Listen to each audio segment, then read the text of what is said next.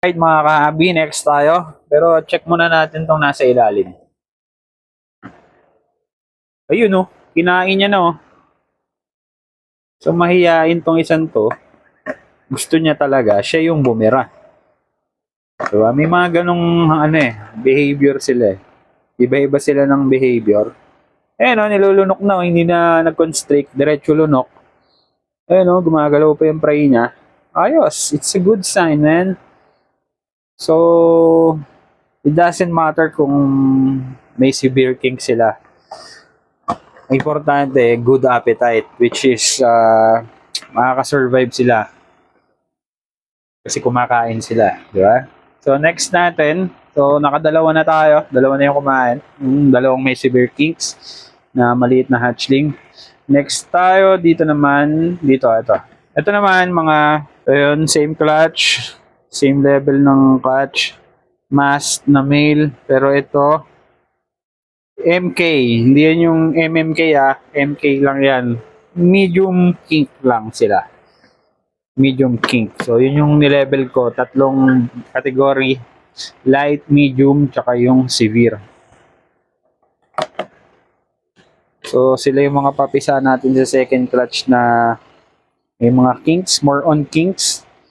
And ang naiisip ko na dahilan kung bakit nagkaroon ng kinks tong mga to, sa temperature, pabago-bago ng temperature. Pagpasok kasi ng June, nung May, month of May, sobrang init. Pagpasok ng month of June, sobrang lamig naman kasi dire-diretso yung ulan for about 1 week, dire-diretso.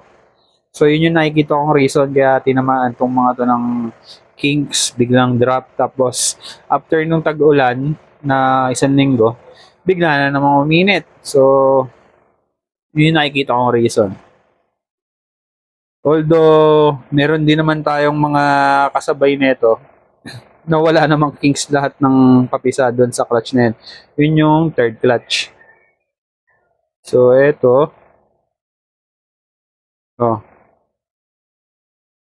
Ayaw din. Yan, dumikit yung pusot dito sa pinkies. So katulad niyan, eto, ayaw rin magpasubo. Di tulad nung pangalawang binigyan natin kanina, kinagat-agad.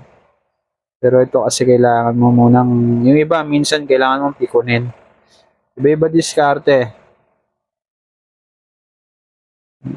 Kailangan pa-amoy mo muna, para ma-recognize nila yung amoy. So katulad nito, kahit anong pilit natin, ayan na, naamoy niya naman, kaso umiiwas siya. Nasaan ka na?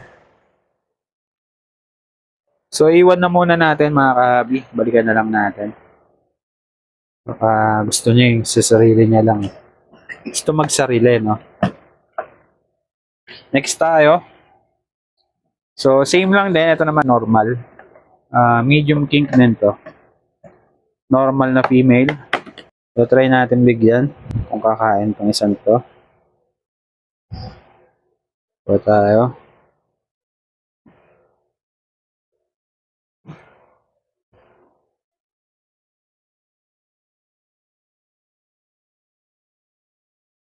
Yun, no, kumagat. Kaso sabay alis. Naka-defense mode siya. Kabado din. Ayun, kinagat, man. Ayos. Maganda response. Nung una lang defensive, ngayon siguro na-realize niya. Pagkain pala yung kinagat ko nung una. Sakto, gutom na ako, kaya kailangan ko lang kumain, man. Yun yung sabi niya.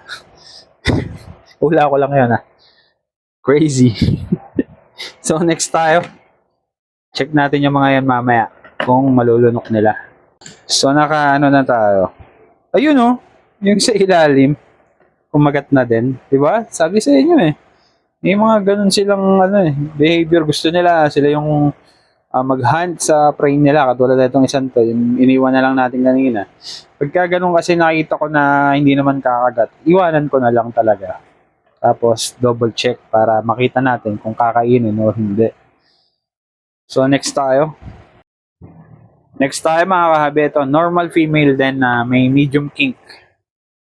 So, try natin to. Bigyan natin ng may stinkies. Yan. Naamoy. Yan, nag-strike. Nare-recognize niya siguro. Kakaibang amoy ito Amoy Jollibee. Oh, kaso umalis.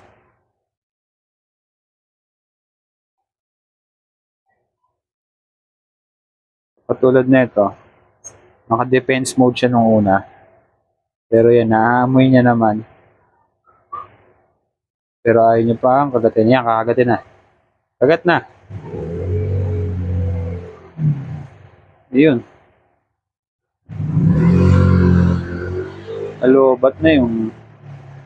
Nalobat yung flashlight na ayun na natin.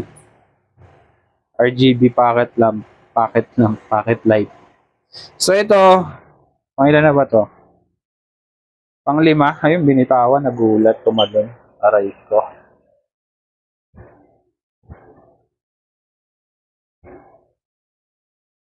Binitawan, nagulat ata. Try ulit natin. Pero kakain na yan pagka ganyan. Good sign na rin yan na may response siya sa pagkain. Nabitawan niya lang. Oh? Pinadtad ng strike yan. Diretso lunok na. Charge ko muna tong ating ilaw.